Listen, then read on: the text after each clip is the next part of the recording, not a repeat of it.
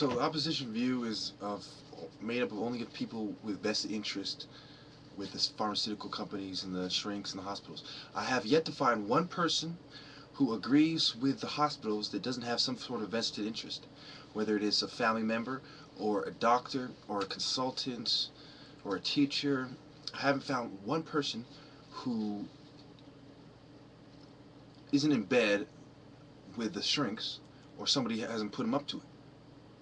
You know what I mean? I've interviewed hundreds of people. At this point, I believe I'm over 1,000 people. Over 1,000 interviews, over 30 years of experience, no vested interest, no salary, nothing. And the truth is, psychiatry is a fraud. I was absolutely right. Whew. You know, it feels good to know that, you know, what I've been doing all these years, I was right to do. You know, because I was protesting this since I was a little kid, and I really didn't understand the deeper levels of it, or if I was really right. I just knew my instinct. I said, this doesn't look right. They're pilling me, and it's not helping me. I'm feeling sick, and I'm feeling worse. I'm lashing out more and more, and every time they give me a pill, I lash out more. And I knew that, you know, my mother was, you know, she was a victim at one point, but when she started selling out to my dad's agenda and teaming up with him, and he was trying to make it up to her by allowing her to have the say when he drugs up other people, you know. And when I saw that, how it really brought my mother down, you know, it made my mom went from somebody being very perceptive to loving her son to someone being out of touch, always wanting revenge on her son, you know, doing crazy stuff, acting weird, and there's nothing I could put past her anymore because she's out of her mind and her perception is just, she's totally out of touch.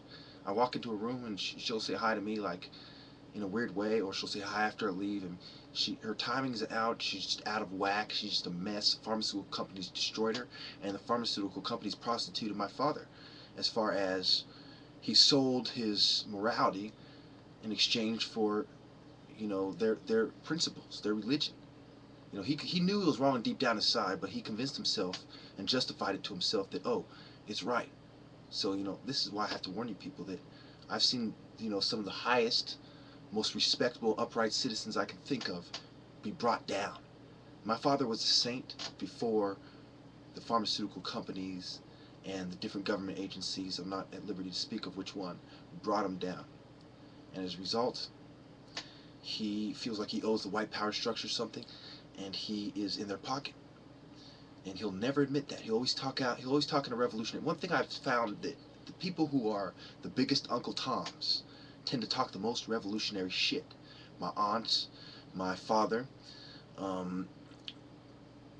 Jesse Jackson, Al Sharpton. There's a lot of these people who are in their pocket. Dare I say, I believe Farrakhan is in some secret society, probably in their pocket. And I am not like him. I also believe in separatism and pluralism, and I believe we should separate ourselves from and live, you know, from the mainstream society, white straight society, live in a, you know, a dualistic society, and watch for any signs that they're treating us wrong, and to build our own army. And they owe us to make our part of town, our separate nation within their nation. They owe it to us to make it just as advanced as theirs, so they can't oppress us with technology. Thank you.